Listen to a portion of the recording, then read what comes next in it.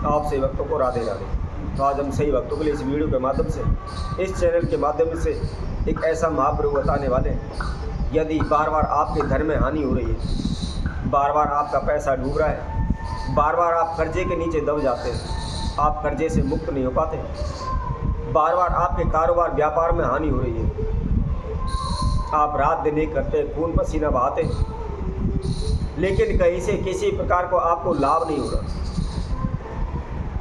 आप चाहे कितने भी पैसे कमा कर ले आएं, फिर भी आपके जेब में 1 रुपया नहीं रुकता।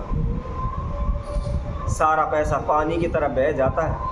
हमको खुद ये नहीं पता होता कि हमारा पैसा गया तो गया कहाँ, कैसे खर्च हो गया, कहाँ खर्च हो गया, किस कारण से खर्च हुआ, कुछ मालूम नहीं होता। कई बार आपने देखा भी होगा कि हम ज्योतिषियों के पास जाते हैं, ब्राह्मणों के पास जाते हैं, अपनी हस्तरेखाएँ दिखाते हैं, अपनी कुंडलियाँ दिखाते हैं और उनको कहते हुए सुना होगा कि आपके भाग्य में, आपके हाथ में धन की रेखा नहीं है, आपके पास पैसा नहीं टिकेगा। आप चाहे कितने भी पैसा कमा लो, परंतु पैसा आपके पास रुकेगा नहीं, आप हमेशा खाली हाथ रहेंगे। इसी तरह यदि आपका कोई भी कारोबार व्यापार आप करते हैं, बार बार नुकसान हो रहे हैं, बार बार हानि हो रही है, बार बार आपके कार्य अधूरे अटक जाते हैं, आप इधर उधर से जान पहचान वालों से पैसा उठा करके कारोबार व्यापार में लगा देते हैं, कोई दुकान खोल लेते हैं, परंतु आपका कारोबार व्यापार नहीं चलता है और जिसकी वजह से आपको उस दुकान को, उस कारोबार को बंद करना पड़ जाता है और जिससे हमने पैसा उधार लिया हुआ है उसका पैसा ब्याज समेत हमारे सर पर बैठ जाता है, कर्जा बन जाता है। जब हमारे पास कोई भी काम धंधा नहीं होता है, कोई भी आमदनी नहीं होती है, तो हम उस कर्जे को भी नहीं उतार पाते और उसका धीरे धीरे ब्याज बढ़ता चला जाता है और एक दिन इतना कर्जा हमारे सर पर बढ़ जाता है कि उसको उतारना नामुमकिन हो जाता है। हम बार बार इंटरव्यू देते हैं, नौकरी के लिए जाते हैं, परंतु ना तो हम इंटरव्यू में ही सफल हो पाते हैं और ना ही हमको नौकरी मिल पाती है। कारोबार करने जाते हैं तो उसमें हानि हो जाती है, नुकसान हो जाता है, वह चलता नहीं, जिसकी वजह से दिन प्रतिदिन मारे मारे इधर उधर भटकते रहते हैं, दर दर की ठोकरें खाते रहते हैं। जहाँ भी जाते हैं वहीं हमको धुतकार मिलती है, अपमानित होना पड़ता है। जहाँ भी जाते हैं, किसी भी कार्य के लिए जाते हैं, वह मना हो जाती है, कोई भी कार्य हमारा बन नहीं पाता।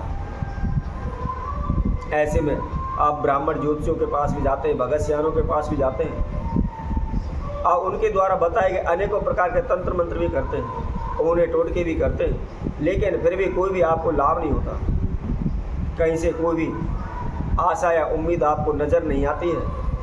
आप दिन प्रतिदिन हानि नुकसान सहन करते जा रहे हैं और एक दिन ऐसा भी आ जाता है कि हमारा जो घर मकान होता है उसको भी हमें बेचना पड़ जाता है या हम किसी के पास उसको गिरवी रख देते हैं और उनसे पैसा उठा लेते हैं, परंतु जो हम पैसा अपना घर मकान बेचकर उठाते भी हैं, गिरवी धरकर उठाते भी हैं, उससे हम कर्जे को भी नहीं उतार पाते। आधा पैसा तो हमारा उसमें से इधर उधर ही लग जाता है, व्यर्थ में ही खर्च हो जाता है। थोड़ा बहुत पैसा देकर हम उस कर्जे को उतारने की भी कोशिश करते हैं, परंतु संपूर्ण कर्जे से हम मुक्त नहीं हो पाते। तो ऐसे में आपको क्या करना है, हम आपको एक छोटी सी वस्तु बताएंगे, उसको आपने केवल अपने पर्स में रखनी है और कुछ भी ओना टोटका नहीं करना, ना ही कोई तंत्र मंत्र करना, ना ही इधर उधर आपको कहीं भी जाने की आवश्यकता है। सिर्फ छोटी सी वस्तु है, उसको आप हमेशा अपने पर्स में रखें, अपनी जेब में रखें, परंतु इसके साथ साथ ध्यान रखें, यदि आप चमड़े का पर्स इस्तेमाल करते हैं तो चमड़े के पर्स में कभी भी भूलकर भी उसको आपने नहीं रखना है। बस उसको जेब में रखकर आप जहाँ भी जाएंगे वहाँ निश्चित ही आपको सफलता मिलेगी। आपके जीवन में जो भी हानि नुकसान है वह शीघ्र ही कम होते चले जाएंगे। आप 2 रुपये कमाएंगे तो निश्चित ही 1 रुपया उसमें से अवश्य जुड़ेगा और धीरे धीरे करके आप शीघ्र ही कर्जे से भी मुक्त हो जाएंगे।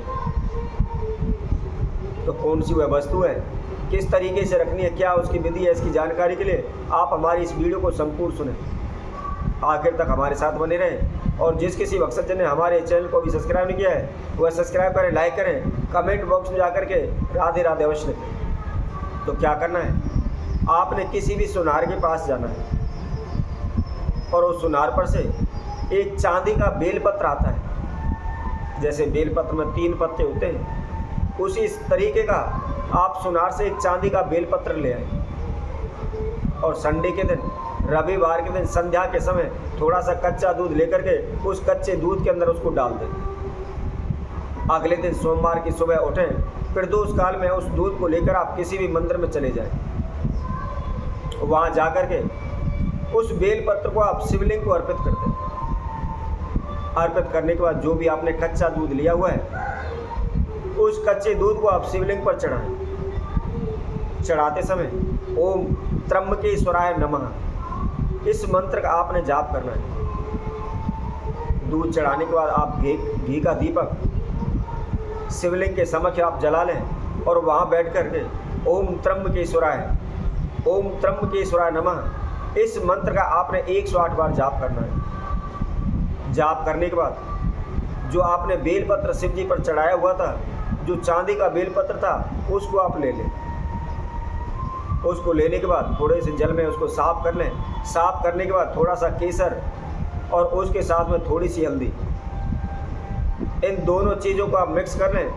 मिक्स करने के बाद उस बेलपत्र को आप अच्छी तरह से उसके ऊपर लेप कर लें, अर्थात उस चंदन का अच्छी तरह से उस बेलपत्र के ऊपर उसको रगड़ लें। रगड़ने के बाद थोड़ा सा पीला कपड़ा लें और पीले कपड़े के अंदर आप उसको बांध दें। बांधने के बाद आप उसको जो भी आपने पर्स लिया हुआ उसके पर्स के अंदर डाल लें, या आपने सीधी जेब में भी रख सकते हैं। लेकिन ध्यान रखें, सुबह प्रतिदिन प्रदोष काल में उसको धूप दीप अवश्य दिखाते रहें। ऐसा करने से कभी भी आपके जीवन में धन की कमी नहीं होगी, कभी भी आपकी जेब पैसों से खाली नहीं होगी, हमेशा पैसों से आपकी जेब भरी रहेगी। दिन प्रतिदिन आप उन्नति करने लगे, आपके धन धान में बरकत होने लगेगी। यदि आपके भाग्य में, आपके हाथ में, हस्त रेखा में धन की रेखा नहीं है, फिर भी आपके पास पैसा जुड़ता रहेगा, कभी भी आपका हाथ पैसों से खाली नहीं होगा। तो इसी तरह आपसे भक्तों के लिए और नए उपाय के साथ, नई वीडियो के साथ आप सभी के साथ उपस्थित होंगे। तब तक के लिए सभी भक्तों को राधे राधे।